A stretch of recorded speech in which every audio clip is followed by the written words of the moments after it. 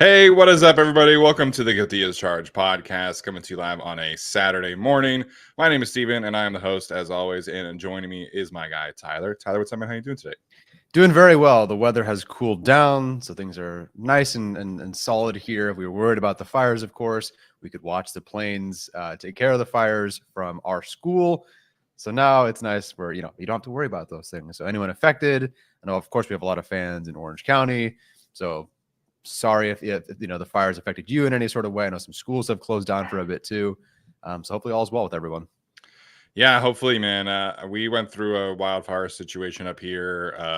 My second summer that we lived up here, the fire up in Shaver Lake, which was a huge fire. So luckily for us, it didn't literally affect our house, but we were dealing with smoke and things like that for like a month. So it's not a fun experience. Obviously, even worse so if you are in the area of the fire. So hopefully everyone listening here and your family members is safe and houses are good and everything like that. Hopefully you guys tuning in live are having a great Saturday morning. College football Saturday is in full swing. Of course, have to go shout out to our guy Alex Katzen, doing a wonderful job covering college football and where the Chargers scouts are visiting each and every week. So if you are, we had such a great turnout for the draft. I think some of that can be contributed to the work that Alex Katzen was doing previously. I certainly felt more prepared for the draft season, discussing things with him and stuff like that. So if you're missing Katzen's corner, it was a little later this week because of my fault, not because of Alex's fault, but usually those will be out on Thursdays. So you guys can check them out and learn where the Charger scouts are visiting each and every week. So appreciate Alex Katzen. Hopefully you guys are checking that out. Yeah, love the segment. I use it as a cheat sheet for myself. And I really do like that there's a hardcore group of people who are like, yes, this segment is back. It's, not for everyone. And the timing is obviously very early. But those who want to jumpstart and get ahead on the draft, yeah, it's a must watch. Yeah, him and our guy Thomas Martinez. I don't know if he's in here today, but those two are definitely the go-to follows if you want to know where the Charger scouts are looking. In the past, Tom Telesco has never been one to go visit games in person. I will be curious if Joe Ortiz does that this year. Maybe this weekend and stuff like that, since they're going to be on the East Coast all week. Maybe we'll get some notification that Joe Ortiz is out visiting some games. So we'll see what happens there. Okay, so fan Q&A. Obviously, today's show will be driven by you guys here today by just sending in your chats, sending in your super chats. If you do send any super chat, that will ensure that it gets answered, and those are always encouraged and appreciated. I see one from our guy NSN here already. So again, we'll jump around as much as we can, but super chats always ensure that your questions will get answered. Today's show and every show is brought to you guys by our friends over at Prize Picks, the best and easiest way to consume daily fantasy sports. We do a Prize Picks segment every single Thursday.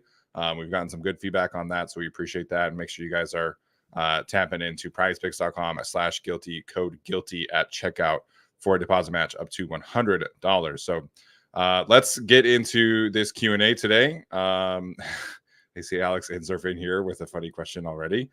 So that's right on par. But NSN, he says, I apologize in advance for anything I said actually coming true because football gods. There was some discussion about injuries earlier. So, I think this is a good donation to the football gods to, swing back some positive karma towards NSN and the Chargers way. Yeah, I asked the chat, okay, how did the Chargers lose this one? He came up with several different options for how the Chargers could lose, and all of them are very possible knowing the Chargers. But yes, I hopefully all good karma. So thank you, NSN, for that. Yeah. Where are you at on the level of trap game? Bless you. From a scale of 0 to 0.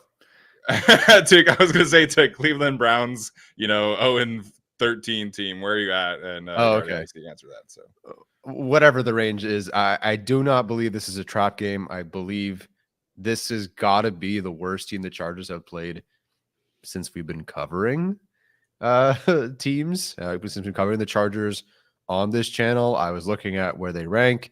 You look at team tiers right now, they are the worst offense and the worst defense in terms of where the team tiers have them.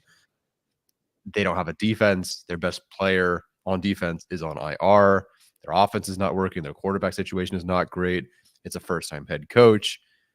Like, even if like the Bears last year, they had some players on defense, and I think they could even run the ball better. The DJ Moore too. Yeah, right. You know, the Jets last year, awful on offense. They still like Garrett Wilson. You know, they on their defense had their defense. This team does not have a thing. So it's rough, man. Yeah, I always say like trap games imply that the other team has some friskiness to it. It has some chances of winning it. Like, you know, the Patriots offense last year was probably on par with what this Panthers offense is, but the Patriots offense had a top 5 defense in the league. The Panthers do not have that. So there's a chance that the Panthers put up a bigger fight than they did last week against the Saints. That certainly is possible. You know, the Chargers do not have Chris Olave and Rashid Shaheed also to kind of take the top off. So that's kind of working against the Chargers. But, you know, there's all these ways where the Panthers could keep it close, but I just don't think they have the talent to really do that. So, you know, there's a chance the Chargers don't have the talent to get to 30 points, especially with Joshua Palmer being injured and his knee issue, which we can talk about. But even then, I just think with, you know, the chance for an offensive line rebound, the run game, Justin Herbert, there's enough here to, you know, get this into a, you know, 3-score win for the Chargers. And then you also talk about the defense, which is coming off a great performance. So it's, to me, I'll give it like a 1 on a trap game scale, just because like it is an away game. It is a 10 a.m. game. Maybe something weird can happen to start the game. But I don't really see a world where the Chargers lose this game, or let alone win this game by less than 10 points. Like, I think that's kind of the bar for me. Like, maybe like worst case scenario is like a 20-10 win. But I just think the Chargers are overmatching the Panthers this week. Yeah, I mean, the Raiders had a good amount of talent on defense, obviously, and of course offense, and they still won by 12. Right. You know, I don't need them to win by 30. You know, I don't need them to do what the Saints did, but they should win by double digits. I don't know what this Panthers group, you know, if they had the coach or the quarterback or whatever, maybe, but there's just nothing that I think that makes it look even close. I'm trying to go through the schedule too and find, you know, 2022, 2021, another team that I thought was worse. And I really don't know. You know, again, the Chargers have seen upsets, but the Harbaugh advantage is there. The Herbert advantage is there. The health, I think, for the most part, advantage is there. You know, missing Alohi Gilman is not as catastrophic as losing Derek Brown. Yeah. So I just think in general, the Chargers have this pretty locked up. I would say maybe like the 2019 Lions team is probably like the worst team off the top of my head that I can think of that the Chargers have played recently. And obviously at that point, the Chargers were decimated by also injuries and, you know, also bad at that time as well. So, you know, unfortunately that's probably the one that stands out to me. Yeah. So we'll see how it goes. But speaking of Joshua Palmer, I guess we should touch on that. So if anybody missed it, he was not on the injury report on Wednesday. He popped up as a limited participant on Thursday, and then a DNP did not participate on Friday. So I mentioned that I was concerned based off of what I saw on tape about Joshua Palmer, and now he's a DNP. He's got a knee issue officially on the injury report. I'm concerned about this. Where are you at with Joshua Palmer and his health? Oh, it's definitely concerning. I did not go back to watch him specifically after you mentioned that he looked a bit off. So I can't say how he looked in game, but if he did look even off during the game, well, he's at least off now because of an injury that has do we know which knee? Did they specify? They did not specify. Okay. I can go back and look like which injury which knee it was that he hurt in camp. Let me do that real quick. Because he's had a couple of knee injuries through different seasons. I think last year when he hobbled off the field against the Bears, was that a knee as well? Or is that an ankle? Knee? Yes. Okay.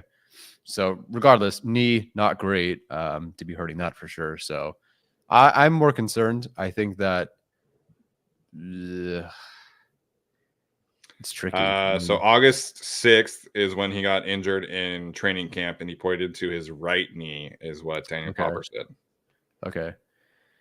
I mean, if it's not right, you got to shut him down. You know, if they felt they watched the film And he that could was not the be same. himself. Sorry to interrupt you. That was the Yeah. same knee that he injured back in January and Mm. previously against the Bears. So Yeah, that's rough. that sucks. If that continues to be if it's the same knee, you do kind of have to protect him.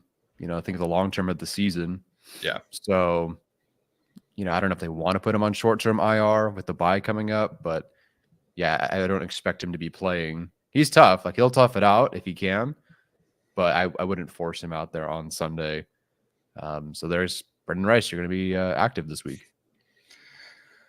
And no DJ Chark, no Joshua Palmer healthy is a big issue. Not to say that those two players are like awesome, right? But now you're talking about your best receiver being Ladd McConkey, who's a rookie. Your second best receiver being Quentin Johnston, who's a second-year player who coming off a bad rookie season. And then Simi Fehoko, Brendan Rice, and Darius Davis have not exactly had a ton of experience in the league either. So it's tough, man. I think this week that I don't know how much that will matter. I think against the Steelers, you're probably not going to beat the Steelers in a kind of shootout game anyway. But against the Chiefs, like that's highly concerning when you're going up against that kind of secondary with Trent McDuffie and Justin Reed and those guys. So yeah, we'll see what happens with Josh Palmer. He might play tomorrow. He might not play tomorrow. We should find out game status here in the next couple of hours officially for him. If anybody gets elevated from the practice squad or whatever, that obviously will be an indication of where he's at.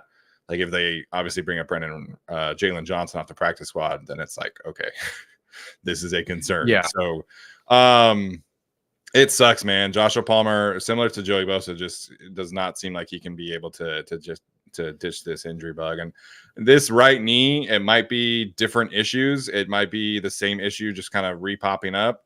And if that is the case, maybe he might be better suited to opt for a knee surgery. I don't really know. I don't want to speculate, but it just sucks, man. Because me and you are both so high on his potential this season. And for him to not even get the chance to really start off the season healthy, it sucks because at least we got a healthy game of Joey Bosa. We saw what he can look like. We have not gotten to see healthy Joshua Palmer in quite some time, unfortunately. Yeah, and Palmer at least is the only one that we know has chemistry with Herbert, and Herbert misses time. Now Palmer misses time. Obviously, you said Chark is out too. That's a rough start for this offense that's trying to gel. Maybe the offensive line gets it together, great. But you're out of receivers that you have some chemistry with. Already testing depth that was never obviously very top heavy to begin with. Yeah, 100%. All right, a super sticker attached to this question from Fitness. What did you think of the passing routes from Greg Roman's offense versus the Raiders? I definitely thought, thank goodness, it was far more creative than it was in the preseason, which we expected, but I wasn't really sure. But I do feel, at least with the crossing routes, those were fantastic. I think they tried to at least push the ball down the field well enough. I didn't pay too much attention to the routes specifically, but I did like it overall. Like they tried to design different things. I liked the reverse to Darius Davis. So I liked it, but it was also difficult to tell what they wanted to do because the entire first half felt like they couldn't get to where they wanted to go with pushing the ball down the field. Yeah, I like the way that they used Ladd. I like the way that they used Quentin Johnston. We didn't get to see a whole lot of just like rhythm passing game, unfortunately.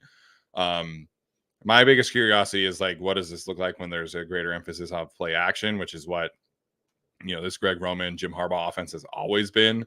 I think I tweeted this out, but the Lamar Jackson ranked top 5 in play action dropback percentage every single year that Greg Roman was his offensive coordinator.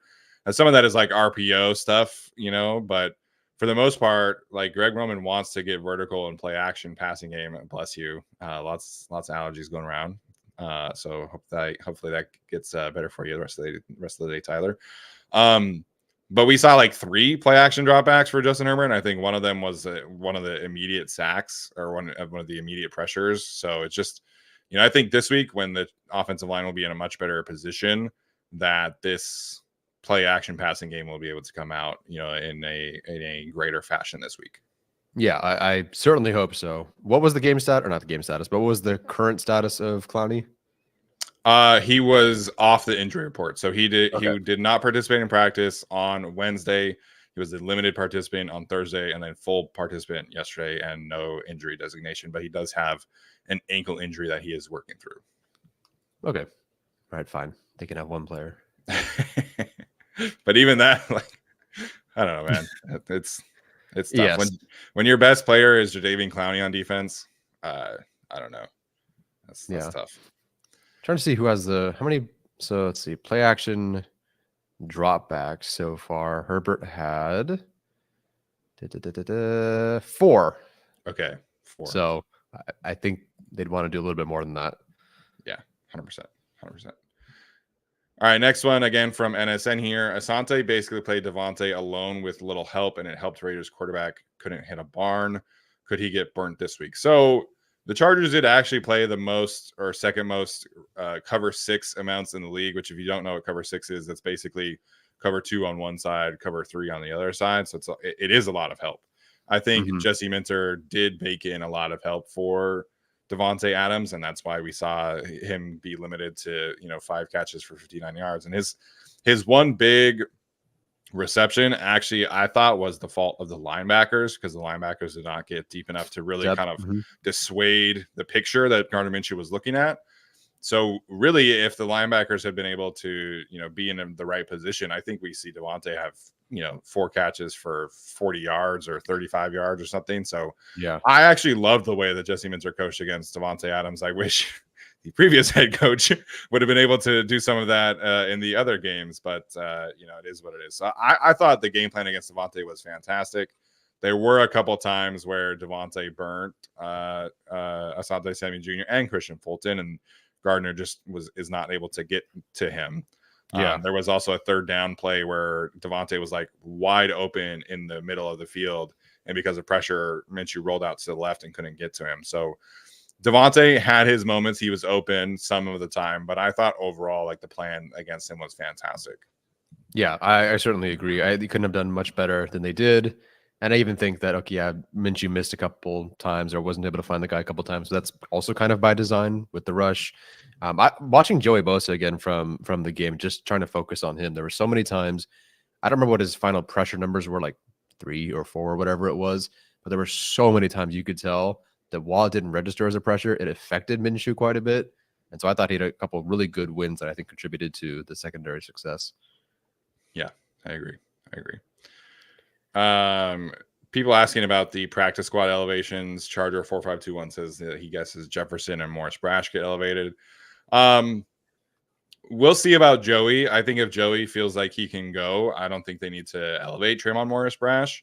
But I do expect Tony Jefferson to get elevated and probably play like a decent amount of snaps in this game. So Daniel Popper said that Alohi Gilman had a pretty like hefty wrap around his leg yesterday when he was like working off to the side. So it was good that Alohi kind of at least did something this week, but I am not expecting him to play tomorrow. Yeah, I agree. Also, Jim Harbaugh. So Popper asked about Jefferson, and Harbaugh said that he would be the next guy up, basically indicating that's the plan. Yeah. So Jefferson, should Gilman not go, and really, frankly, I don't think he will. And even if he can, he'll barely be able to. So yeah, Jefferson elevated, and I think one of the receivers has to be the next guy up. Yeah, and the indication was that Elijah Molden will start. He was the safety 3 last week, but I am kind of curious if they, because Jasir Taylor is also injured. He was listed as questionable, and he did participate in practice in a limited fashion yesterday. But I am curious if they trust Elijah Molden more in the slot than they would, Tarheeb Still in the slot. And I would also. So I would kind of mix and match that a bit between Molden and Derwin. So I think we will see Jefferson, get, at least 10, 15 snaps, maybe, just based off of like what I think they could potentially do in the slot this week. So I'm trying to walk through allergies here. So Derwin played 11 in the slot last week. That's actually more than I thought, to be completely honest. Yeah. 3 as a rusher, 13 as a box safety, 33 as a deep safety. Cares if they walk him down more this game. They should. I respected Tarheeb Still. I mean, he was inactive. Oh, that was more for an injury though last week, right? The hip. Yeah, he was injured last week. He was not listed on the final injury report, but I think he was. I think he was a limited participant on Wednesday, if I'm not Oh, mistaken. okay. But Whatever the reason. he was not listed on the final report.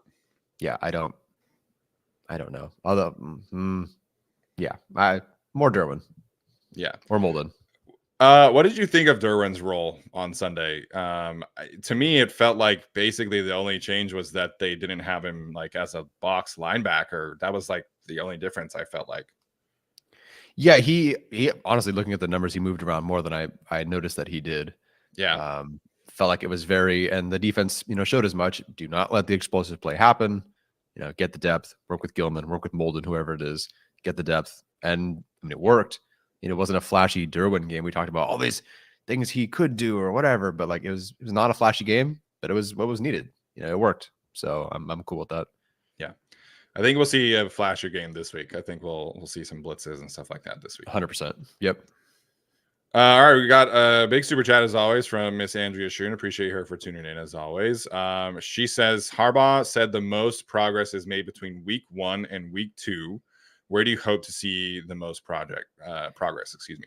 I would say the easiest answer is the interior offensive line. We highlighted that a bit on Thursday. Some of this is going to be opponent driven, but for you, Tyler, what are some other areas of progress that you would like to see this week?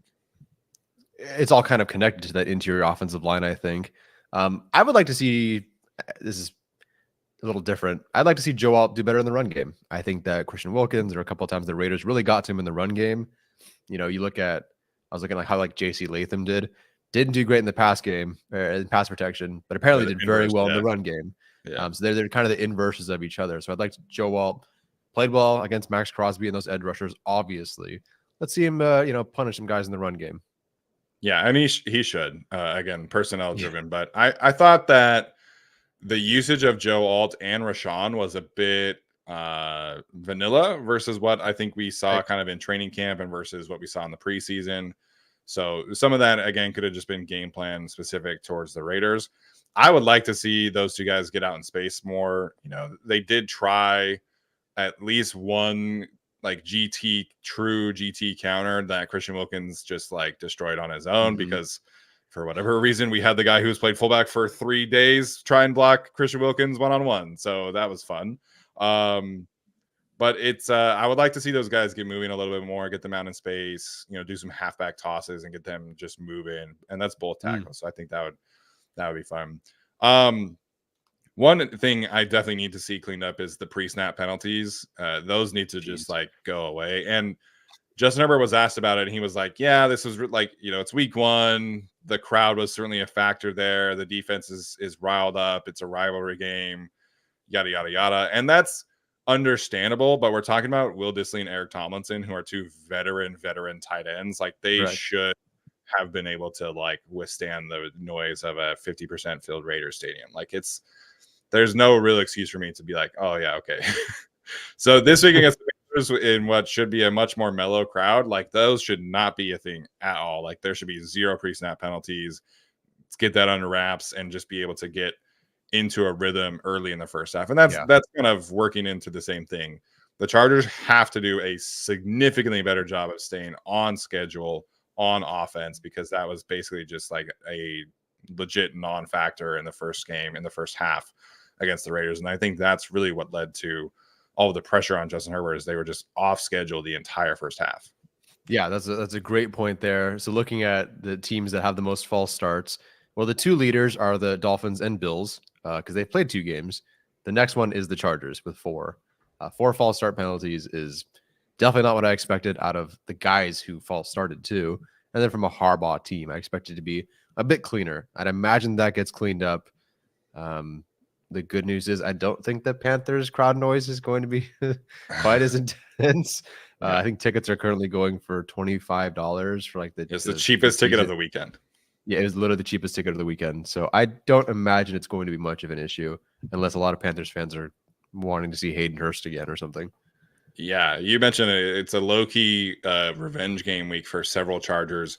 I actually forgot that Denzel Perryman spent some time on the Panthers as well. And then they traded him to the Raiders, where he promptly made the Pro Bowl. So, DJ Chark, unfortunately not playing in this one. He played with the Panthers. Jim Harbaugh and Greg Roman were in Carolina together. That's kind of where everything kind of started for the two of them. So, kind of a fun week. The good news there is that all these guys who have been in Carolina, the Chargers will have all the good spots to hit in Charlotte. So they should be able to have a good time this week. Non-Chargers related, Christian McCaffrey has been placed on injured reserve. Oh, really? Wow. He is going to miss the next 4 weeks. Achilles tendonitis just sounds awful, especially for a running back. So I don't know, man. The 49ers didn't look like they needed him a whole lot last week, but eventually that's gonna cost them a couple of games, I think. But yeah, that's a bummer because obviously we know what he can do when he's healthy. Last year that was incredible, but he has that injury history, and that sucks. Yes, fantasy owners in shambles.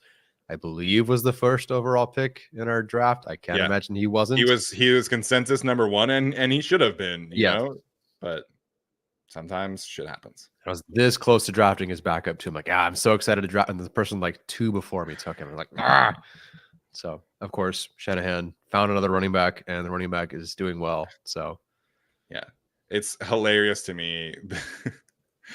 They always like double dip at running back. So this Jordan Mason guy they got as an undrafted free agent the same year they drafted Elijah Mitchell. And Elijah Mitchell was like awesome as a rookie. And now this guy has passed Elijah Mitchell. And I'm just like, how do you do this? Like every single year, you're just like, oh, here's some random guy that we can just pull off the streets, and he's going to be one of the best running backs in the league. It's crazy. Oh, I know. I mean, the Chargers were begging anyone to be better than Austin Eckler, or at least compliment him. And they tried to find different guys. Not that they spent a ton of high draft capital, but Spiller didn't do it. Roundtree didn't do it. Kelly didn't do it. UDFA didn't do it. And then the 49ers, every other year, it's a different guy. Yeah. Eddie Dale wants to know who is the starting Z receiver. I assume this is if Palmer is out, because that was kind of his role last week. So what do you kind of make of the receiver rotation potentially without Palmer? So unless they feel like Brendan Rice is actually a better receiver than Simi, and therefore he would jump Simi Fehoko, I think Simi plays more the X, Ladd in the slot, and I think Quentin ends up being that Z. Yeah, I think the receivers in 12 personnel, so the 2 receivers who will start basically are going to be Ladd and Quentin. I mentioned this on the show on Thursday, but Quentin was actually the first read, or that might have been Tuesday. Quentin was the first read the most frequently in the offense, which was a good sign to see. There were a couple times where I thought Justin could have pulled the trigger and didn't. So hopefully this is a week where we can see Quentin kind of, get some more confidence going and get into a greater rhythm. But I expect those 2 players to start. I expect those 2 players to be really heavily involved in the passing game. I think Simi will play a lot more than people will think. Like I think that everyone's going to kind of clamor for Brendan Rice to have a good game, and I understand why. And I think that long term he's certainly the more viable option. But Simi is Justin's like best friend on the team. They hung out like all summer long. Apparently, they have a good rapport, good relationship, and Simi, I think, is probably the best blocking receiver on the team. I don't know if you agree with that, but he's him and he is a blocker, and the team respects him for that. So I think Simi is going to play as the third receiver. Honestly, I do, and I think they'll kind of ease Brendan Rice into the rotation a bit this week. Yeah, I don't think Brendan Rice hops him. So yeah, I think it could be Simi Fehoko, and I'd be curious how he does, man. Kind of a weak secondary. I guess he might get JC Horn the most then. I think whoever is the X. Well, last week Palmer lined up on the right side of the offense the most, and that's where JC Horn lines up, is on the left side of the defense, right side of the offense. So last week Quentin was the left side of the offense. So I think it probably is Simi, depending on how they want to divvy up those specific roles. So I wanted to give a shout out here to Joe Cruz also, who kind of asked a similar question with the super chat. Yeah, I think your 1, 2, 3 is Quentin, or well, it depends how you order it, but Quentin, Ladd, and Simi Fehoko. I think sneaky game for Darius Davis. Like I think we saw them use him on the reverse, and then the big Hayden Hurst play came on. Darius Davis like motioned across and then orbited back around, and it was like a fake receiver orbit screen, and then they were able to hit Hayden Hurst down the field. So this could be a game where we see, a reverse, a screen, a couple of swing passes, maybe to Darius Davis to try and get some easy gains and get the rhythm going. So this could be a sneaky Darius Davis game as well. Yeah, I don't know if Ennison's referring to like a fullback play here, like a reception here, but yeah, maybe.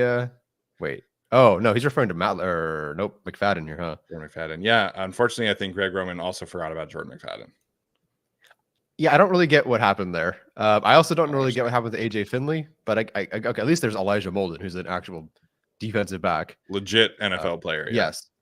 I was surprised here the switch. Yeah. Got all ramped up, all worked up about Jordan McFadden doing jet sweeps and catching passes just for them to. Yeah, I just don't know what the difference is. So, but Matlock was not active though, right? McFadden, you mean? I'm sorry. God. Yeah, McFadden was not active last week. That is correct. Like I guess maybe that's why. Like Matlock will be active, so it kind of works with roster construction, but like I don't know. I was very surprised. Someone asked earlier how we thought Matlock did it better in the second half, but overall it just looked uncomfortable. Could it get better? Totally. But this guy flat out is not a blocker. He's a block destroyer. Like he's a rusher. That's his thing. So it does not look comfortable yet. I think in the preseason you saw him, work as like a kick out blocker, and that was fine. And you saw him work as, kind of a lead blocker. I think he can do those things well, but they were straight up asking him to combo block Max Crosby and Christian Wilkins sometimes. And those are things that you have to work years on. Like it's chemistry, it's technique, it's timing. Them throwing that responsibility on him right away to me was like one of the most confusing coaching things I've seen in a long time. I'm like, you have Will Dissly, Hayden Hurst, and Eric Tomlinson, who are all three legitimately viable blocking tight ends. Like, have them do that and have Hayden Hurst be, an actual like package player, not a traditional fullback and tight end. So it was confusing to me.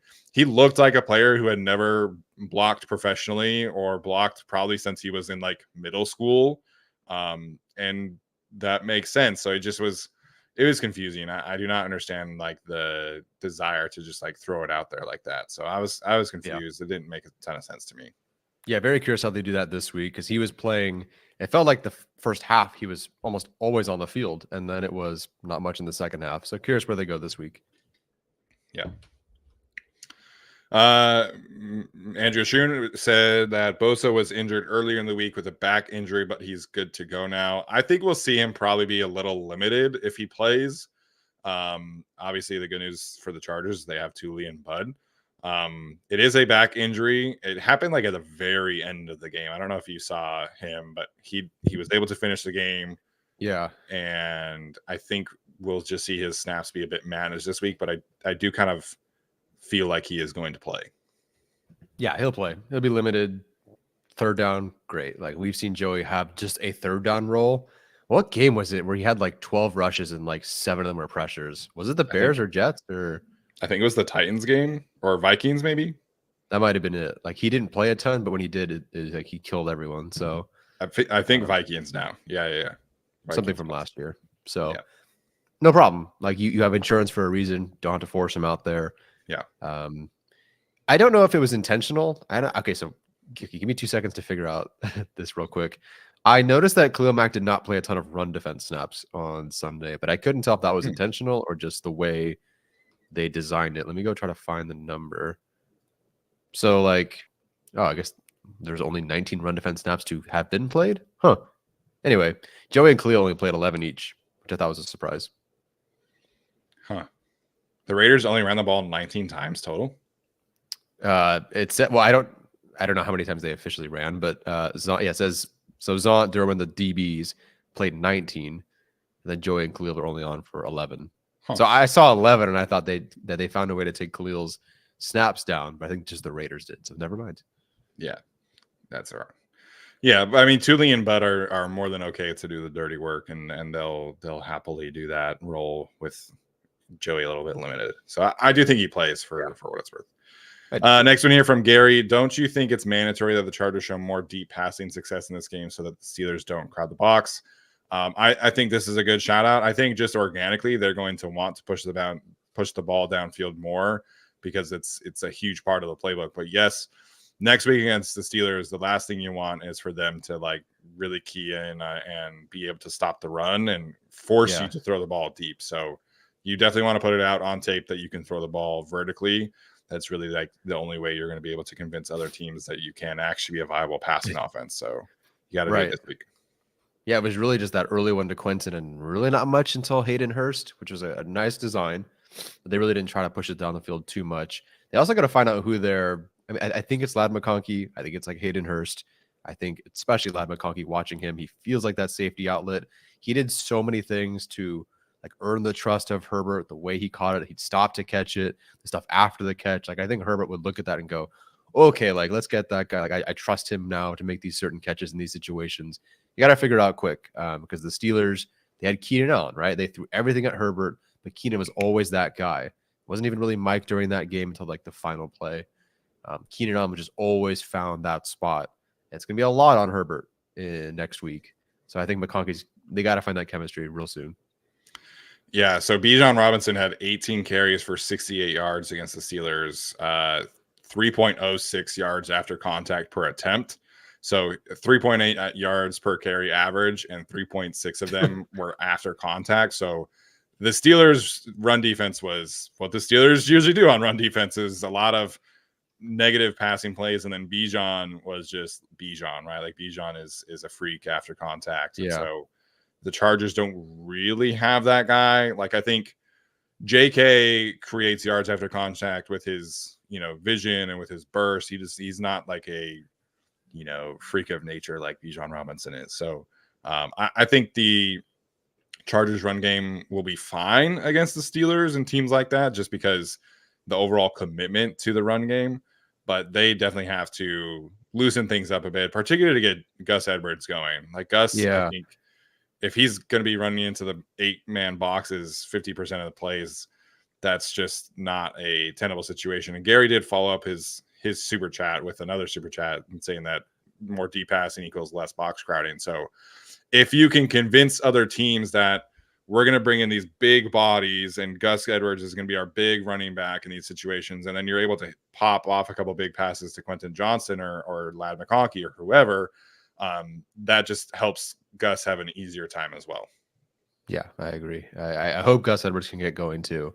J.K. Dobbins, I love him. Obviously, averaging 13.5 yards. Great. Like, do more of that. But Gus Edwards was brought in to be the guy. We want his consistency. Maybe not explosive, but we need that other guy in this offense. Yeah, 100%. FLCA wants to know, can you rank long-term dynasty fantasy football Chargers? Ladd is unquestionably number one, and then there's not even like another. There's not even, unfortunately, another option long term. So Ladd would be number one. Everyone else is off the team next year, except for Brendan Rice. Quentin. So, sorry. Wow, sorry, Quentin. Okay, McConkey. I'd go Quentin Johnston because they did seem to want to get him the football last week. Yeah, and then I don't know, Cameron Dicker. So yeah, because they don't have a long-term passing tight end on the roster. No, I guess you could probably make an argument for Vidal because he's the only running back on the roster next year for sure.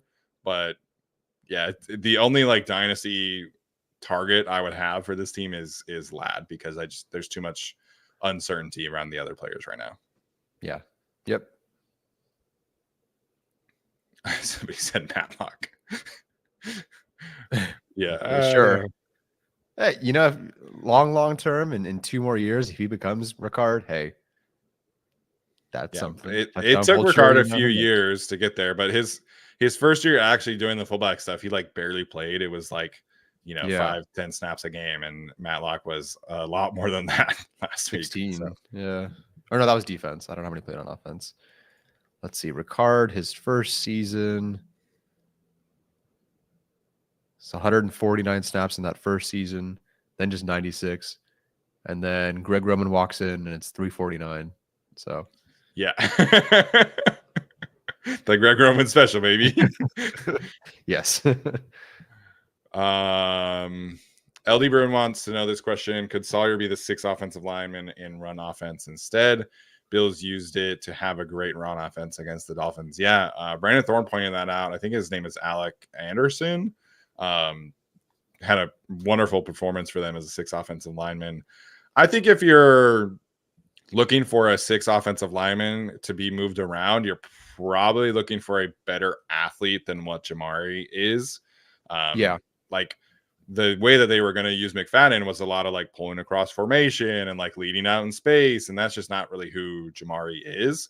If you're only asking him to like combo block and like goal line situations, yes, Sawyer could be that guy. But I think in general, that kind of arc is probably better suited for Mcfaden, who did it in training camp, or I guess like Foster Sorrell in this kind of with this roster. Yeah, I wouldn't mind seeing Foster Sorrell out there. I think, but yes, if you get closer to the goal line, I don't remember who they brought in as much. Obviously, some Matlock, but yeah, Sawyer out there would be fine. Sarah would be fine. Anyone but Matlock. I don't recall if any of the other guys played. Yeah, none of the other offensive linemen played. Matlock had 16 or 18 offensive snaps for what it's worth, which was blocking wise, he had 16 and Hayden Hurst had 11. And then Eric Tomlinson only had 7. Stone Smart, 2 blocking snaps. Like, what are we doing?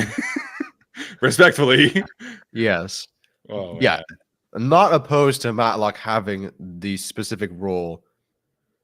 It's just the quantity, the frequency is surprising, and the level of difficulty. As I feel bad that we keep re-going over this, but like watching him try to block Max Crosby. I mean, I don't know. I guess in theory he did get in Crosby's way, and sometimes it did take Crosby out of the play, but then Crosby would just like rip and move past him. So I don't know. It's. I'm cool with him having that role. To be clear, I think it creates a different kind of package and versatility for the offense. But 18 snaps on offense is crazy. Will Dissly only had 24. Like, wow, it's too much. Like, how many snaps did they play? How many snaps did on offense something? Total? Yeah, it was 57. Okay. So Will Dissly had 19 blocking snaps and Scott Matlock had 16. That's no. Scott Matlock is not your second best blocking tight end. I'm sorry. He's just not. Like, no. He should be having the Eric Tomlinson role. Eric Tomlinson had 7 blocking snaps. Like, that's cool with me. 16 is too much. That is a lot. Wow. Andre Fernand, Bozeman was the worst rated offensive lineman against the Raiders. Do you think he's going to be a problem, and should we upgrade?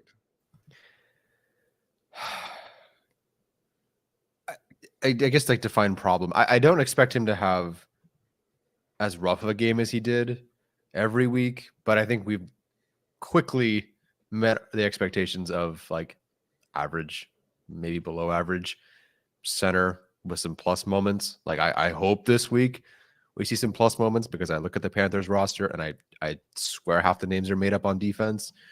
So I hope he does well this week. If he struggles this week, like we've talked about it. We loved this interior class. Cooper Beebe played the Browns and allowed 0 pressures. We wanted anybody, at a certain point in this draft, and it's a shame that Bozeman started the way he did. Can you upgrade? I don't think at this point you really can, unless you're going to somehow finally, or you're going to suddenly trade for an all-pro center that's out there, which no one's really getting rid of, I would imagine. Yeah, this is it. And you also have not a great backup that I'm aware of. So it's a tricky situation. We talked about this. We were worried about it. And here we are. So I hope Bozeman has to figure it out. Yeah, we wanted them to draft a center. I understand why you couldn't really take one in the first 4 rounds, because you felt like you had to go get, your future wide receiver 1, your offensive tackle, obviously. Junior was too good of a situation to pass up. And then 4th round, you're staring at a defensive line room, which now looks much better. And this guy's not even playing, but you feel like you couldn't pass up Eboigbe. Okay, great. So 5th round, you have 2 picks. One of those probably should have been a center. You had 6th round, 7th round. Like, I just wanted one at some point to at least challenge for a backup spot. And instead they handed the backup unquestionably to Brendan Hymas. And it's just, I don't really understand why the regime who drafted Tyler Linderbaum 14th overall, or wait, that was Hamilton, 25th overall or whatever it was. Anyways, 1st round pick on a center, which is not extremely common anymore, comes into the Chargers and is like, yeah, we'll give, $1.5 million and 2.5 to Bradley Bozeman and then call it good. Like, it never really made sense to me. So is he going to be a problem in the sense of like, he's going to be an awful center? I don't think so, but I think, we've seen the ceiling kind of defined at this point as an average center, which you can work around, right? But against teams like the Raiders who have good defensive tackles, the Chiefs, the Steelers, those games, yes, it will be a problem. But overall in the season, I think we'll look at Bradley Bozeman as like a fine to potentially above average center. But that's like the maximum that they're going to get. Yeah, I got to find that question. Somebody asked if center will be the biggest priority in the next draft. I think this Harbaugh regime might consider it. I think it's corner, like projecting towards the future. Streamer. I think it's corner, but yeah, center is up there as well. Yeah, that could just be a free agency solve though. Although it doesn't seem like it's a good class either. No, center and free agency is like Ryan Kelly, and then that's like it. And Ryan Kelly will be 33 next year, and he's on a team where they really value him, and he has a great rapport with Anthony Richardson. So it's rough. I have not watched any draft tape yet, and this could certainly change. But I asked Alex Katzen about it, and he said it's obviously much worse than last year, and it's just in general not looking great. So you could always draft a guard and convert him to center, yada yada yada. Yeah, but true. It's unfortunate that they decided to pass on the best center class probably ever and just opt with what they had. So I would have liked to see even just like a 7th round dart throw. But, I guess we'll get to that bridge next year, maybe. Yeah, but not a lot of rookie setters are starting right now. But yeah, Frazier, BB, who I think was round 3. Barton, too early. Bo Limmer. Where did they take Bo Limmer? Round 5? 6? Round 6, the Rams took Bo Limmer.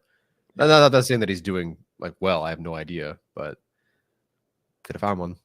Yeah, and Norzad is just chilling in Kansas City, and he's probably never going to play. It's great. And then he'll play and be amazing, or they'll flip him for a pick or something ridiculous. Yeah. Good, funny question or good question here from our guy Athir. Appreciate him. He wants to know which wide receiver gets 100 yards this week, and if Justin Herbert will pass for more than 250 yards. I don't know. There's something about obviously I liked Ladd McConkey. Said as much on the rankings when they drafted him. I'm feeling it, man. My prize picks indicate that I feel like McConkey's going to have a good week. 100 yards is a lot though this week. I don't know. I mean, I've seen McConkey house it from the 20 on a screen. This guy can get it after the catch. So who knows? I could see 100 total yards from McConkey. Maybe they get a rush in there. Yeah, I just don't know if they're going to throw it enough to get 100. If he can get a big vertical play, then yes, absolutely. But if they're going to use him like they used him last week, he's going to have to get like 14 catches to get 100 yards. So I just don't know if he'll have that specific volume. But I'm definitely thinking he is the wide receiver 1 at this point in time. Over 250. I don't know. What's his price picks number at? It was like 215 or 220. It was like, yeah, I can look it up while you're. It was pretty low, but again, it was low. And it might be lower now if they take the Palmer into account of it all. So let me type in. Oh, Bryce Young's has gone up to 224.5. Really? I don't know why. Oh wait, I think that's the Goblin. So Herbert's now dropped all the way to 200.5 passing yards as is more or less. It was like 220 something before. So I think there's a bit of a concern about Palmer, obviously, they're not having Chark. Yeah. And yeah, 200.5. I don't remember the last time Herbert's number was that low. Yeah. I mean, he 144 yards last week was not great, but I think he'll go over that number. I think he'll be around like 230 to 40-ish. But yeah, I think Ladd most likely to get over 100. Herbert, I would say under 250, but over on the Prize Picks selection for sure. For what it's worth, also, because I care about this, Khalil Mack is finally up on defense at 0.75 sacks. Ooh. I almost think that can be comfortable too. Yeah. Bryce Young will walk into a few of these. So unfortunately. Yeah. He was so good on Sunday, man. So good. So good. I think he's in for a big season again, which is fantastic. He could be a good answer to this question from your mom, whose name is on the next jersey we buy. I think Khalil would be a good choice. The Chargers, I think if you're trying to buy a jersey as like a long-term investment, I think that's probably one of the rookies, Joe Alt or Ladd McConkey. I wouldn't fault anybody for going there. But Khalil Mack, I think, is a great choice of a jersey right now. I think so too. I don't know. If he has another great season, I think you can just own that one and feel proud about it. I always struggle with rookies that aren't your quarterback. Herbert, it's like, he's going to be around for at least 4 years, so it was easy to get a Herbert jersey. Yeah. But I don't know. If I want a jersey to hang up, Mac. If I want one to wear, probably McConkey. I think he's a little bit taller than I am. But I can't wear an alt jersey, like I'm not going to walk around my alt jersey. That dude's 6'8", So, yeah. Puna Ford. There you go. That's very niche, obviously. Yeah. I will say, like, the way that Khalil Mack and everybody has been talking about Khalil Mack, I do think there's a pretty good chance that he's back next year. 100%. Especially if he's playing like this. Yeah, especially if he keeps playing like this. But just the way that he's talked about this regime, he's really bought into everything. And I think they are bought into him being extremely important to their overall game plan. So I don't know about Joey. I mean, he's already hurt again, which sucks. Also, as an aside, he's 2 sacks away from passing Sean Phillips for second all time in franchise sacks, which is kind of crazy considering all the injuries and stuff like that. But I think there's a pretty good chance that Khalil is back with the Chargers next year. Obviously, we have to see how the rest of the season goes. But just the way that he's talking about everything, the way that he's bought in, the way people around the franchise are talking about him, the way that Harbaugh and Minter have talked about him, I think there's a pretty good chance that Khalil's back. They have the cap space to do it. And if they bring him back, then it just takes the need off the board. Like if they, projecting forward here, obviously a lot, but if they let Khalil and Joey both walk in free agency, they would have to cut Joey because he still has another year on his contract. But if they let both of those guys walk, you're heading into next season with just Thule and Bud and Chris Rumford, Tremont Morris-Brasher, like whoever you feel about after that. So if they let both of those guys walk, that's probably number 1 on the draft board. So I think that there's a pretty good chance that Khalil ends up coming back next year. Yeah, very early, but I desperately want him to return. I hope he plays for 4 more years. I mentioned him as one of the 4 players I'd most want to draft for the next 3 years. Shut up, dog. Anyway, he's just everything this team wants in a player, on and off the field. He walked into the week 1, had a great performance. So I have no hesitation so far about bringing him back. He's been healthy, he's talented, and he's had 11 sacks in 3 home games against the Raiders. That alone, I mean, it's worth it. It's the Raiders game. Beautiful. Just show up to the Raiders game and watch Khalil Mack destroy Colton Miller is such a beautiful tradition, man. I feel bad sometimes, but then I don't. So it's just funny that he's great. He was great last season, of course. He's been great for the Chargers, but it's so funny that he specifically is awesome against the Raiders every time. I mean, I think he has 30 pressures and 18 sacks in the last 2.5 years against the Raiders. It's stupid. He just kills them. Let's look it up. While you're looking it up, I'll answer Todd Miller's question. Are you allowed to show all 22 clips on your weekly film review? Very insightful. I wish, but there's a huge risk with, YouTube going, oh, take that Copyright. down, demonetize, copyright. So I don't want to risk it. I'd love to, trust me, but so like even when we were with the Chargers themselves were worried about posting film, and if the Chargers are worried about posting film, I'm going to be worried about posting film. So unfortunately, probably not. Yeah, so I don't know about pressures, but StatMuse has Khalil Mack versus the Raiders as a member of the Chargers with the first game last year or 22 where he had the 3 sacks against the Raiders the first time around. The next game at Vegas was not great, and then the next game after that was 6 sacks against the Raiders at home, and then 1.5 this past time. So against the Raiders at home, he's averaging like 4 sacks a game. It's just crazy. So yeah, it's just so much fun to see. I think the happiest person in the world this week was probably Colton Miller, because he doesn't have to go up against the Chargers edge rushers, because all of them had some moments against him where I was just like, this guy is just getting destroyed. Like Bud Dupree had a couple run defense reps against him where it just like completely put him on his ass. So I feel like he's probably having a great time this week, not preparing for the Chargers edge rushers. Yeah, the right tackle for the Raiders did pretty well. But again, if you watch the film, Joey had 14 different ways to win against him. It was so fun watching him just rip through everything. Again, like it didn't officially cause like a pressure or a hit, but he was winning in so many different ways. I hope this injury is minor for him, because he was awesome. Yeah, both of those two, their win rates were right on par with what we've seen for the bulk of their career. I think Khalil ended up at like 18.5 and Joey was at like 17.5. So those two guys keep that up. That's huge seasons for both of them. As an aside, Micah Parsons had like a 55% win rate against the Cleveland Browns, which is insane. That guy, and I think he had 11 pressures. So that's fun. Aiden Hutchinson also had an insane week, but the Rams were on like offensive tackle number 6 against him. So that was they had a rough IR this week too. It was Nakua, Noteboom, and Avila. Yeah. That sucks. Yeah. That stinks. Yeah.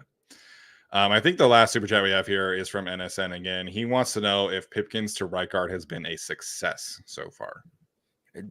Too early to tell, I think.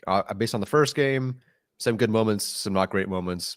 It's like as expected, I suppose. Maybe a bit disappointing, but I think we need half a season, maybe an entire season, to really know. Yeah, I think he was about who I expected him to be against the Raiders. Some issues in run protection, some issues against, Wilkins in pass protection. Until we see him get more comfortable, I just don't know how that's going to change. I think best case scenario is season as a whole, Trey stays healthy and he gives you above average guard play. I don't think it's like going to be, man, like this guy is, an awesome guard. Like this was a massive success. I think the Chargers mindset really was getting the best 5 offensive linemen on the field. And I think putting an experienced player next to Joe Alt to try and, alleviate some things there. But a lot of Trey's issues, that I thought were going to happen at guard, they happened. And I think he had, I would say, a solid game. I wouldn't say he had like an awesome game. So I think he's going to be a fine guard. I don't think it's going to be great. I do think there's a certain guard in Kansas City who's a free agent next year that the Chargers could potentially swing some big money towards to try and, really elevate the offensive line next year. I'm not opposed to that. Trey Pipkins, has no guaranteed money next year. I'm curious, what is like so he's projected to, his cap hit is $9.25 million next year. I'm curious where that is in terms of guards. It's less than what the Panthers guards got, but I don't know. You said 9.25 is his cap? Yeah, so I'm curious why can't I just find, here we go, guard. Oh, right guard specifically. I want right guard and left guard, guys. What's his total annual value? Isn't it like 8.5 or 7.5? His APY I just got away from, so thanks for that. So Trey Pipkins contract. No, you're fine. I'm just joking. His APY is somewhere 7.25. This is APY. So in terms of So that would where be that goes, 15th in terms of right guards, according to Over the Cap. yeah, But, and in terms of left guards, he's way down there. 1, 2, 3, 4, 5, 6, 7, 8. yeah. He's like 25th or something. So if he's like average and it's working, and it's not great, but it's working, and you have him, and it works with alt, like that's fine. It's not a terrible contract. I don't need to rip up that contract, start over, if things are going okay. But I also have no issues with them moving on if it's not working. Yeah, so center's not great in terms of free agency, but guard I think is a little bit more of a place where the Chargers could find some value. I just talked about Trey Smith. He is a free agent. The Chiefs, I think, are going to be in an interesting spot where they are probably going to have to choose between him or keeping Jawan Taylor on that contract. To me, that's an easy decision, but from a roster building standpoint, it's much easier to find a guard than it is a right tackle. So that we'll see what happens there. But Will Fries is a free agent. Laken Tomlinson is a free agent. Tevin Jenkins is a free agent. Those are all good players. Kevin Zeitler is a free agent. James Daniels is a free agent. The GOAT, Zach Martin, is a free agent. We'll see what happens there with the Cowboys. Please. If they can get Zach Martin, I'd be so fucking happy. Aaron Banks has been a decent player. He's a free agent. Just going down the list here. Sergio Calamete is a free agent. Oh gosh, Matt Filer's a free agent. Again. You know, if they want to bring back Dan Feeney, and I'm just kidding. There's a much bigger group of free agent guards than there is centers next year. So I think that is probably a good place where we can see the Chargers potentially spending some money. But if Trey plays well, then you keep him on that contract maybe. But I just think, I don't know. I feel like it'd be easy to find an upgrade there. Yeah, not opposed. Let it play out, see how it goes. Yeah. Unless they'd hand it to Jamari, but I don't think they would. If they didn't do that this year, I don't know. We'll see. But a lot of this also depends on how Zion plays, and unfortunately, week 1 was not great. Not great. If he struggles this week, let me actually go to the Panthers depth chart. I have to do this. All right, I'm gonna sneeze first.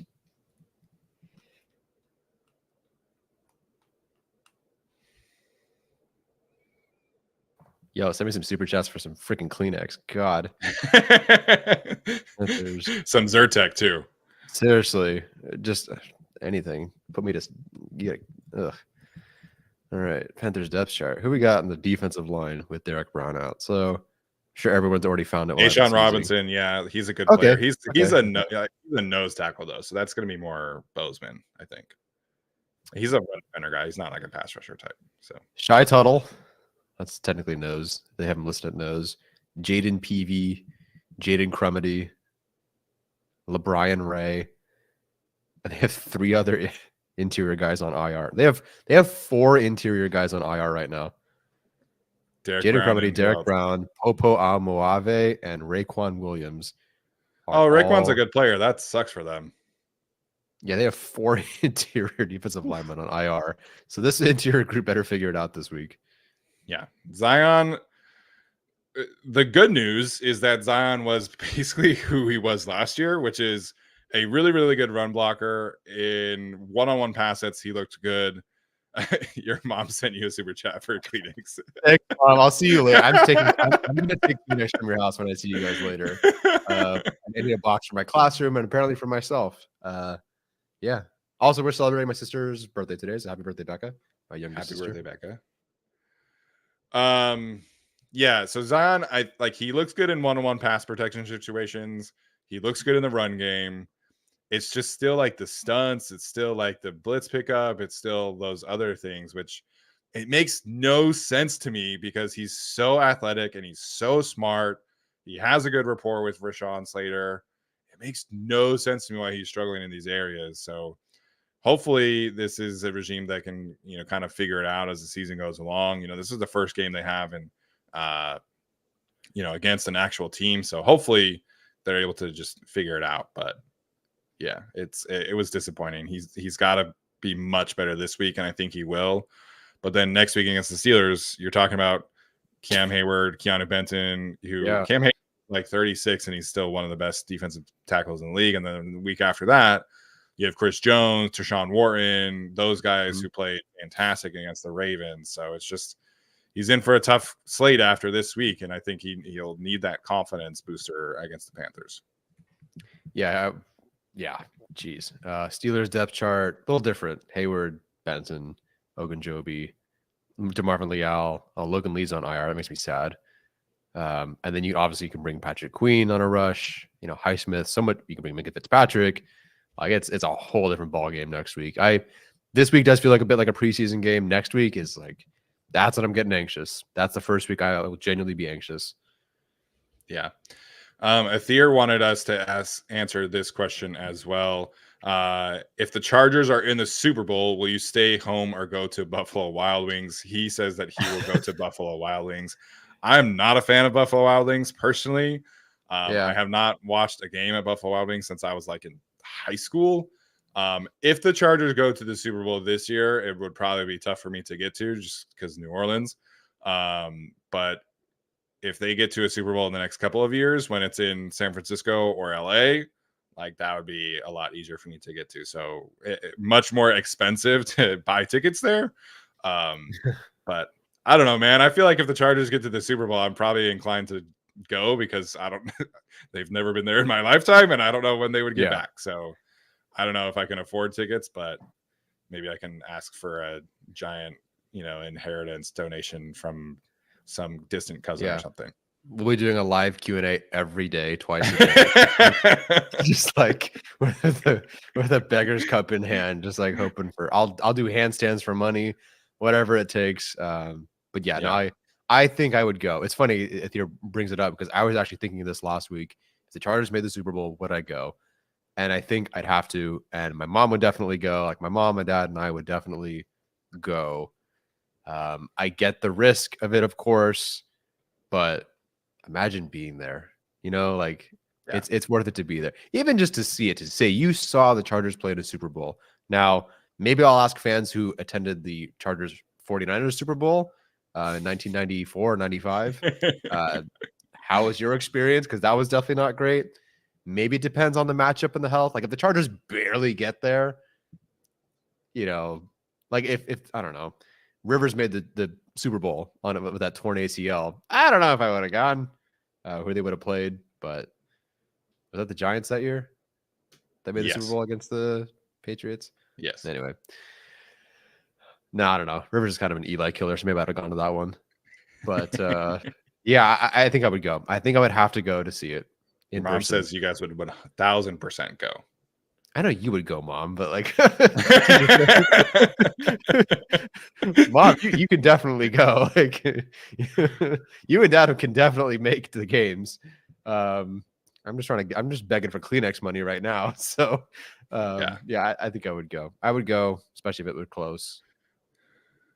Yeah, Brooks' cousins are huge 49ers fans, and they went to the Super Bowl in 2019 when they played the Chiefs in Miami, and they spent like $8,000 on each ticket. So they were kind of of the mindset, like, if we're gonna go, like, we're gonna get good seats. And I'm like, I don't know, like, I'd be okay with not like nosebleeds, but maybe like the section below that. I don't know. No, if they won, I'd be crying from like the light fixture at the top of the stadium. Like I would live stream like it's a beautiful moment from like the top and like with the birds and the pigeons up there, just dodging fireworks. That's where I'd be, but I'd be there. This is why we need their Super Bowl appearance to be at SoFi Stadium, where at the very least, if you're in the 500s, you're right like eye level with the Oculus, and then you're good.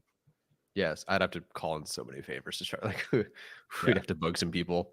I don't think they have that kind of sway though. Yeah, no. If you go this year, if the Chargers make it this year, at least you would get a Kendrick Lamar concert as part of it. So that would be fun. Yeah, which is slightly random.